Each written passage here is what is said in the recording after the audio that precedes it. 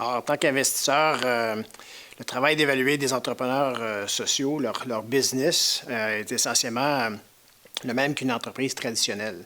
À la différence près que l'investisseur impact ou qui cherche à aider les entrepreneurs sociaux va aussi se préoccuper de l'impact qui va être généré par la solution ou par la technologie ou par l'idée que l'entrepreneur a eue.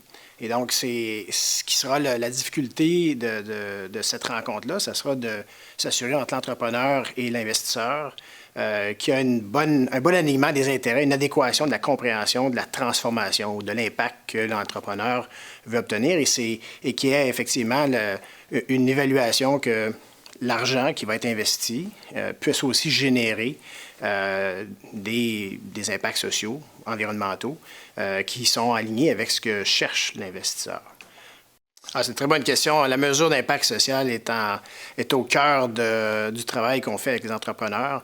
Ils ont des idées, ils veulent transformer le monde. Puis il faut être capable de pouvoir démontrer aux investisseurs qu'effectivement leur argent va servir à faire une transformation. Donc, on utilise plusieurs outils pour aider l'entrepreneur à pouvoir mesurer. Ça part toujours d'une intention. Alors, au départ, il faut avoir l'intention de faire une transformation, d'avoir un changement. Il y a toujours une mesure de référence. Donc, dans quelle situation ou à quelle mesure de référence on démarre la transformation. Donc, on veut savoir aujourd'hui l'état actuel de la situation. Donc, il faut avoir une mesure de référence, un baseline qu'on appelle. Et à partir de ce baseline-là, on essaie d'établir les objectifs futurs d'impact, les indicateurs clés d'impact qu'on veut mesurer. Puis on revient en arrière pour essayer de déterminer quelles sont les activités clés.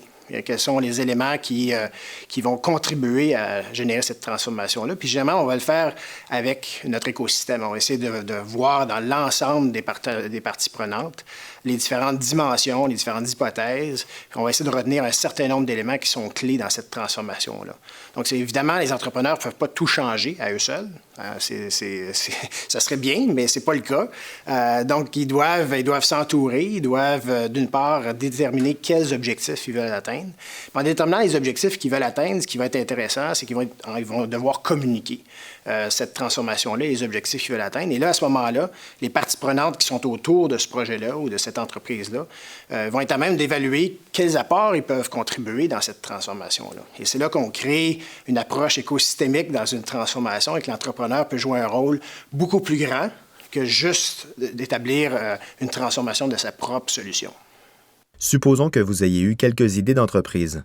Vous devez maintenant évaluer leur potentiel en valeur sociale, leur potentiel par rapport au marché, leur potentiel d'avantage concurrentiel et leur potentiel de durabilité afin de déterminer laquelle de vos idées peut constituer votre meilleure opportunité. Pour qu'une idée soit une opportunité sociale viable, elle doit avoir le potentiel de créer une valeur sociale pour le client et les groupes bénéficiaires cibles. Cela signifie que le service ou le produit répond directement à un besoin identifié, que le service ou le produit est en lien direct avec la mission, que le service ou le produit peut répondre de manière mesurable aux besoins sociaux identifiés, que le ratio efficacité-coût est élevé et que le service ou produit sera perçu positivement et approuvé par la communauté. Pour être viable, votre idée doit également avoir un potentiel d'affaires. Cela signifie que le bénéficiaire cible a besoin et veut le service ou le produit que vous souhaitez lui offrir, que le moment choisi pour établir des partenariats ou des alliances potentielles est bon, qu'il existe des preuves d'un intérêt financier, philanthropique, gouvernemental ou privé, qu'il existe un grand marché et beaucoup d'acheteurs qui désirent et ont besoin du produit ou service, et que le marché est ouvert avec peu ou pas de concurrence. Pour s'assurer que l'entreprise à créer surpasse ses concurrents, l'idée doit présenter des avantages concurrentiels potentiels. Cela signifie qu'il existe de nombreuses barrières qui empêchent les concurrents d'entrer, que vous avez de nombreux partenaires potentiels, que vous avez un contrôle substantiel sur les coûts, que vous avez une mission très convaincante et acceptée globalement, et que votre équipe de gestion est très expérimentée et compétente. Démarrer une entreprise sociale est peu utile si elle ne peut pas durer dans le temps.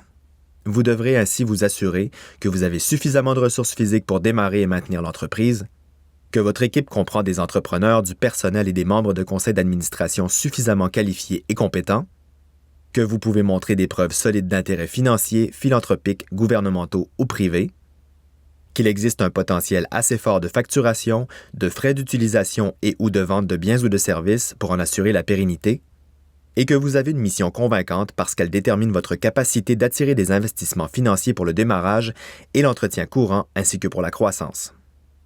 Vous pouvez maintenant additionner les scores des 4 composantes de l'outil d'évaluation. Si votre idée obtient un résultat global élevé, il s'agit probablement d'une véritable opportunité qui vaut la peine d'être poursuivie.